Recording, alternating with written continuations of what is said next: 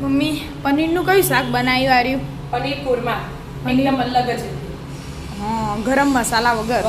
અને જો પનીરના ટુકડા જો છે એવડા મોટા પણ એકદમ સોફ્ટ સોફ્ટ. બરાબર. કેવી રીતે બનાવ્યું? હેડ શીખવાડે છે ને. હેડો. એનું 2 ડોકલી તેલ લઈ લીધું હો. એમાં આ પનીર લઈ લીધું હો. કટિંગ કરીને તૈયાર જ છે. ગેસ ધીમો કરી દેવાનું. એની મોટી સ્લાઈસ કરી આપણે. હા. આ મૂકો અલગ જ બનાવવાનું છે. અલગ જ. એક કે વાર બનાવ્યું નહીં યાર. પનીરનો અલગ જ રીતે કટિંગ કરવું. 3 ડુંગળી લીધી અને 3 ટામેટા.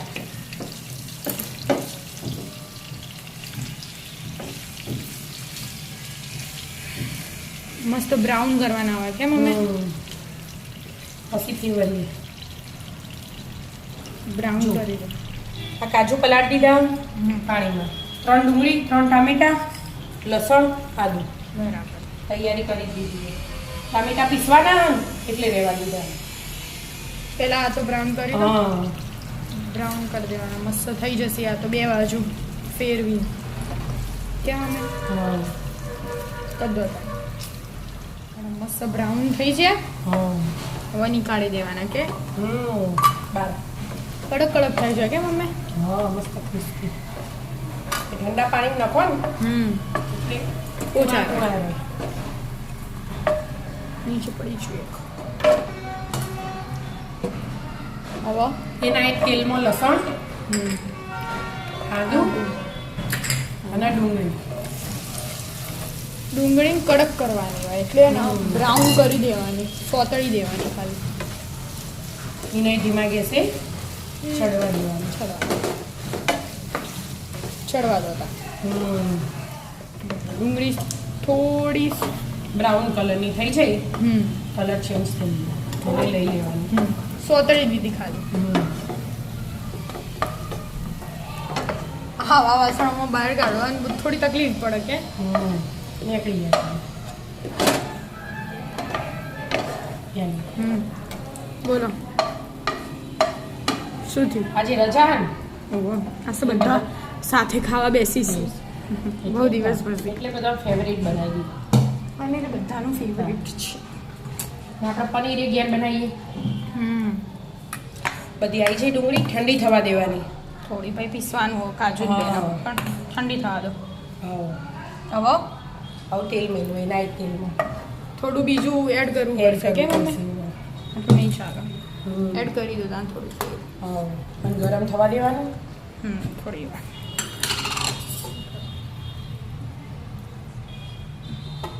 હવે વઘારવાની તૈયારી કરવાની કે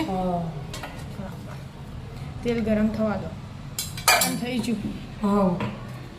જીરું નાખી દેવાનું.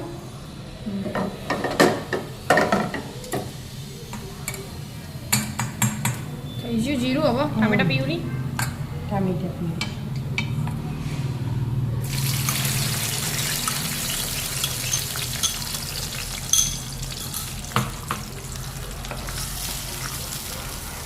હવે ટામેટા પ્યુરીને એક બાજુ ચડવા દો આપણે એટલે બીજી તૈયારી કરીએ. મિત્રો આમાં એનાની રેસીપી છે પણ હું ચોરી કરી. એના 2 વાર આ શાક બનાવ્યું. હું પહેલી વાર બનાવું એટલે એના બધી ખબર એટલે એના એમ કે મમ્મી તું આમ કર એટલે પણ મને કેમેરો પકડતા નહીં આવડતો નહીં તારે એના જ બનાવી દો. ના આ બધું બનાવ્યું તું મસ્ત બનાવું. તું એ મસ્ત જ બનાવ્યું તું એનું પેલા. હા, ચડવા દો ઘડી વાર. ચડવા દો એટલે આપણે આ પ્યુરી કરી દઈએ ને. હા, આ ડુંગળી આના આ જગમાં કરી દેવાની. ડુંગળી આદુ ને લસણ ભેગું જ હતું ને આમાં. હા, ડુંગળી આદુ અને લસણ તો ભેગું જ હતું. અને કાજુ પલાળીને કહેતા. હા, એટલું ભૂસી લેવાનું. પાણી કાઢી દેવાનું. પલાળી કાજુ નાખી દીધા. અને આ મોળું દઈએ ને ઘરનું એકદમ મોળું લેવાનું. 2 ચમચી બરાબર એ નાખી દીધું. બધાને પીસી લેવાનું. પીસી લેવાનું. પીસી લો. પીસે ખાલી ચડી જોઈએ. હવે એડ કરી દે. હવે કલર ચેન્જ થઈ જતા છે. એ તો થતો રહે કલર ચેન્જ. આ પાછું થોડું ચડવા દેવું પડશે કે પછી મસાલા જ હોય મસાલા હાલ જ કરી દેવાના ને. હાલ જ કરી દે હાથે હાથે ચડી જાય. કરી દો તમે મસાલા હવે પહેલા મીઠું, હમ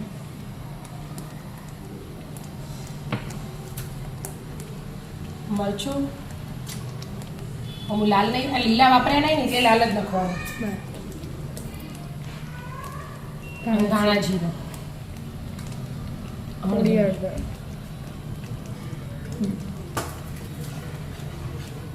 અને અડધી ચમચી ગરમ મસાલો અને અડધી ચમચી કિચન કિચન કિંગ. બે અડધી અડધી લીધું.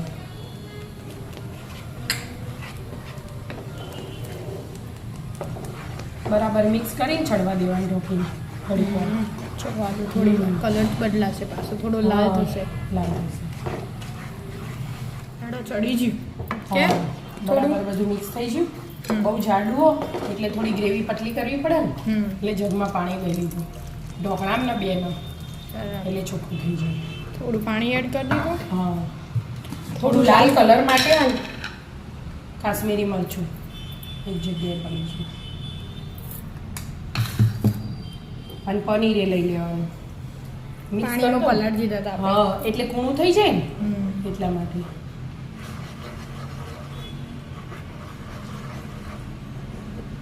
પછી હવે પનીર નાખી પાછું ચડવા દેવાનું.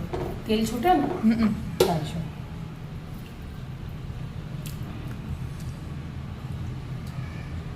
પનીર આવી ગયા હમ. ચડવા દોડો થોડી વાર ઢોકી દેવાનું. ચડી ગયું જો. મસ્ત તેલ છૂટ્યું હા. એનું આપણે બીજું પનીરનું શાક બનાવીએ ને એના કરતાં આમાં હે ને અલગ સ્વાદ હોય. ગરમ મસાલા નહીં હા, એટલે પણ આમાં તેલે આપણે હે ને ઓછું જ લીધું. કંઈક ઢોકળી પહેલાં 2 લીધી હતી પછી 3 જ લીધી. આમ તો તળવાનું બધું અલગથી લઈએ. કંઈ એકમાં જ પતાવી દીધું.